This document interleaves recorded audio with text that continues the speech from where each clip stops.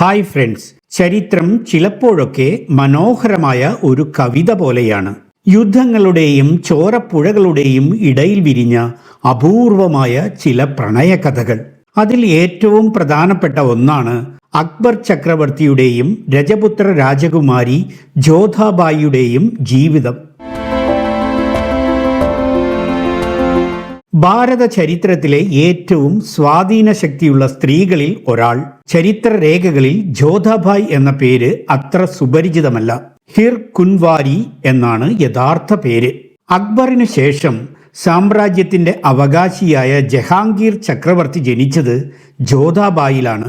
ഇതിനുശേഷമാണ് അക്ബർ ഇവർക്ക് മറിയം ഉസ് സമാനി, ലോകത്തിന്റെ മാതാവ് എന്ന ബഹുമതി നൽകിയത്. മുഗൾ ചരിത്രരേഖകളിൽ ഈ പേരാണ് കൂടുതലായി കാണപ്പെടുന്നത്. ആ രാജ്ഞിയുടെ വിസ്മയിപ്പിക്കുന്ന ലോകത്തേക്കാണ് ഇന്നത്തെ നമ്മുടെ യാത്ര. 1562 ഒരു രാഷ്ട്രീയ ഉടമ്പടിയുടെ ഭാഗമായാണ് ആംബറിലെ രാജ ഭർമലിന്റെ മകൾ മുഗൾ രാജകൊട്ടാരത്തിലെത്തുന്നത്. മുസ്ലിം ഭരണാധികാരിയും ഹിന്ദു രാജകുമാരിയും തമ്മിലുള്ള ഈ ബന്ധം വെറുമൊരു വിവാഹം മാത്രമായിരുന്നില്ല, മറിച്ച് സഹിഷ്ണുതയുടെ ഒരു പുതിയ അധ്യായമായിരുന്നു.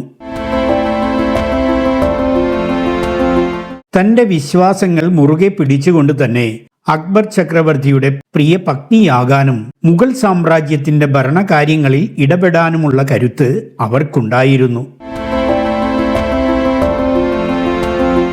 അക്ബർ തന്റെ കൊട്ടാരത്തിന് പുറത്ത് തന്റെ പ്രിയതമയ്ക്കായി ഒരു പുതിയ നഗരം തന്നെ പടുത്തുയർത്തി. ഈ ഫത്തേപൂർ സിക്രിയിലെ ഹാരമുകളിൽ വച്ച് ഏറ്റവും വലുതും മനോഹരവുമാണ് ജോധാബായിയുടെ കൊട്ടാരം. ഹിന്ദു ഇസ്ലാമിക് വാസ്തുവിദ്യയുടെ അപൂർവ സംഗമമാണ് ഇവിടെ കാണാൻ കഴിയുക.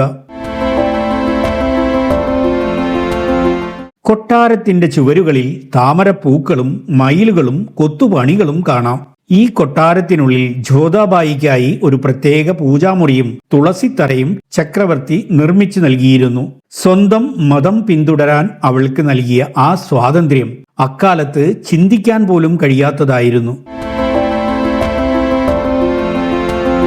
കൊട്ടാരത്തിന്റെ മുകൾ തട്ടിലെ നീല നിറത്തിലുള്ള ഗുജറാത്തി ശൈലിയിലുള്ള മേൽക്കൂരകൾ ഇന്നും സഞ്ചാരികളെ വിസ്മയിപ്പിക്കുന്നു.